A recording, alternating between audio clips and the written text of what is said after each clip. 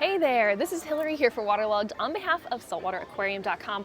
We are at the Clam Mania booth. We came in early before the show started, and John is going to give us an education on clams. We're going to talk about all the things you need to know for care and maybe what's best for you, as well as some tips and tricks and things that I've learned.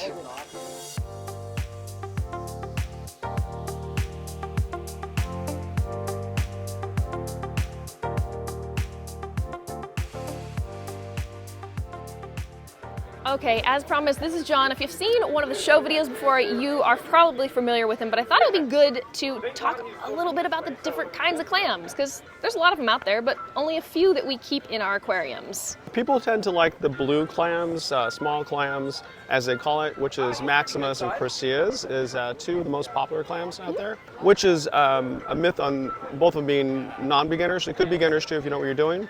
The other clams you do see are Dorasas, which is a fairly easy clam to keep too. Another one is a Squamosa, and these are in the bigger side, and also a Gygus. These are the clams you would see, and the last ones are on the bigger side, which is the Dorasa, Squamosa, definitely the Gygus. That's like the giant of all giant clams, and the Hippopus, a foot to 2 foot, and you'll see them around that size as they're almost fully grown. A lot of people, I hear them say that clams are really hard, that you shouldn't have a clam, it's not a beginner thing. Are they beginner?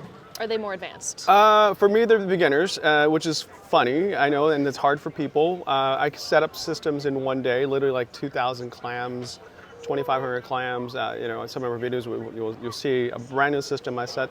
I add water the day before, pre-mixed water, and I do put some live rocks in the sump. And then the very next day, less than 12 hours, I add 2,400 clams. Whoa. Just because I know that the clams itself, or the shell, is alive, like a bacteria as far as live rocks. So if the clams are so big, it's 3.5 years old. It's like 3.5-year-old live rock that's been in the water forever. So they basically are my live rocks, additional live rocks. I never thought about it that way. That's really interesting. Yeah, right? That. Well, that's what I'm saying. Like, in my mind, I know it's easy because I know how it works, but you can definitely run into problems. I wouldn't recommend it for a beginner to do that unless they know what they're doing, have had the experience as me. But as far as the method of just making sure there's light, enough par, which is their food source, good water chemistry, don't add too much fish right away, just keep it as stable as possible, and make sure you do have a doser of some sort that's dosing alkalinity, keep that stable, and watch your trace elements. So as long as you can maintain that, it's possible. People tend to do Dorasas as being easy, and I agree with that. The reason why Dorasas are easy is because they can take parameter swings, lighting, they can do like 70 par, they can do 500 par. Whoa. Yeah, it's like a huge It's a big difference. variance, and the difference you'll see in color change in them. Oh, okay. Yeah, so if you do super high par, you'll get more of a brighter, more yellowish color. Depends what they look like. It'll be a little different versus if it was like 70 par. Okay. We do our clams sometimes under the California sun. So you can see during the wintertime, the colors of the Dorasas being a little more orange, a little more subtle, and the summertime is really vibrant yellow and the greens really pop and things like that. So that's an easy one. I love the Chryseas, as I think it's an easy one. The difference with the Chryseas and the Dorasa is they can take the swing like the Dorasa, but the parameters, as far as lighting has to be around 200 par, 200 par to 350 par. Okay. That's a difference. So as long as you can maintain that, it's, to me, a beginner's clam too. Yeah. I would say one of the more sensitive one is the Maximus. So the Maximus, you're really going to make sure the par is right. The par there, you want to have it between that 150 to that 250 mark, so they can take both, but they don't want too high nor too low. So it's a weird thing with the Maximas and all the clams. They do have different kind of par requirements. The one that can take most swing is that Dorasa. That's why people tend to do the Dorasa, and I think it's easier because sometimes they can put it on the bottom of the tank, they can put it anywhere and it's still kind of okay. It's still good. As long as the parameters are pretty good. Gygus are pretty easy, and Hippopus are pretty easy. Yeah. So the most sensitive one would be, Maximus. Okay. And I really highly always ask people, try to get the cultured ones and get a good source. That's the number one thing. If the clam's not healthy to begin with, it wouldn't matter at Yep. that point. Yeah. This is an embarrassing story, but I'm going to share it. Maybe somebody will learn from my lesson. Yeah. I got a clam. I was so excited. I got it home. It was a small one. Yes. And my urchin picked it up and carried it around the tank. Every time I went in, I'm readjusting, trying to figure out where he's at, and the urchin's just... and I lost it because I couldn't get it to stay still. It was too small. You shouldn't be gluing them, right? No, don't glue them. Okay, so Yeah. if somebody gets a clam, and they have urchins in their tank, because, we have mixed reefs, you never know. Yeah. How would you recommend getting them in a safe, secure spot? I love sea urchins.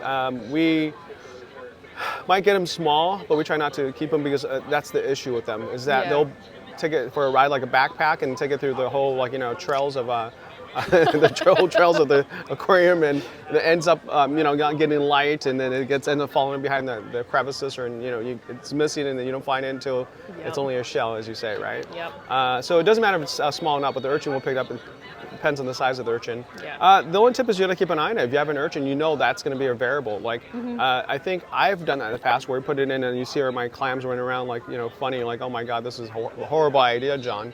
So I had to take it out. So it's one of these things, like, as a hobbyist, we are true hobbyists. We love urchins. We want to take every single thing out of the ocean, put it in our tank, and say, wow, look at this amazing tank. Yep. So yeah, it's a learning lesson, and that's one of the hard lessons that you had to learn, I've learned, and someone else will learn too. You can keep it in peace, but there's no way to keep the urchin from not grabbing him, right? It's just his nature.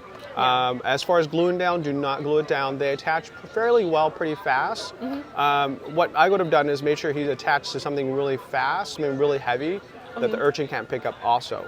But if it's a big urchin, it's going to pick at that rock that he's on too, so that's the issue too, right? Yeah. So the advice with that would be, like, avoid the urchin, pick one or two, or at least keep an eye on it. Yep. If you're, at least home for the next few days, you can see what's going on. Like, a lot of my clients say, hey, John, don't ship it until I'm back from my vacation. And that's a great advice. Like, just don't add anything unless you can watch it for a couple days, and make sure everything is fine. No fish is picking on it, whether it's a clam or other fish picking on other fish, whatever it is, like that. Okay, so we talked about not gluing them, but these guys have some pretty impressive ways to attach themselves. I think bissel fibers? Yeah. Like, they're very strong, right? Very strong. It's the bigger the opening in the bottom of the clam, like the crocea, it has the biggest opening. It's a good thing, but a scary thing at the same time, because they leave themselves vulnerable to any predators in the bottom that might attack their soft spot. Because the top mantle they can close and protect that, but the bottom is an issue. But that's why you want them to attach. They will attach to things. So like the maxima is a little smaller opening, and the Durasas basically have tiny or no opening. Hippopus absolutely no opening at all. That means that they can rely on their weight. It's just many years, thousands, 100,000 years of engineering from the clams. The girth of the Gygus, Hippopus, Durasa, and Squamosa basically will keep in place, and the other maximum croceas are the ones that attach. Going back to the bisis, it's basically just they developed this gelatin, looks like jello. For example of what a bisis looks like, you see this is the formation, this gelatin part here. The jello is actually the formation of the bisis. That's not the foot. If that falls off, no big deal.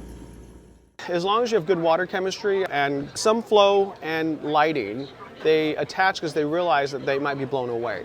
Oh, okay. Yeah. Survival instincts. Yeah, so they attach pretty fast. So as long as chemistry is good and lighting is good, you'll see them attaching within 24 hours. Maybe a little after that. But sometimes they don't attach at all, but that's a rare case. But nothing wrong if they don't attach. One of the things that I've learned from you over the years is that you can actually take clams out of the water, which is not something I ever thought was true. Can you tell us a little bit about that? Yeah, in nature, it's out of the water a lot of the times, and they're used to it. As long as the clam's inside moist, it closes up this moisture in there.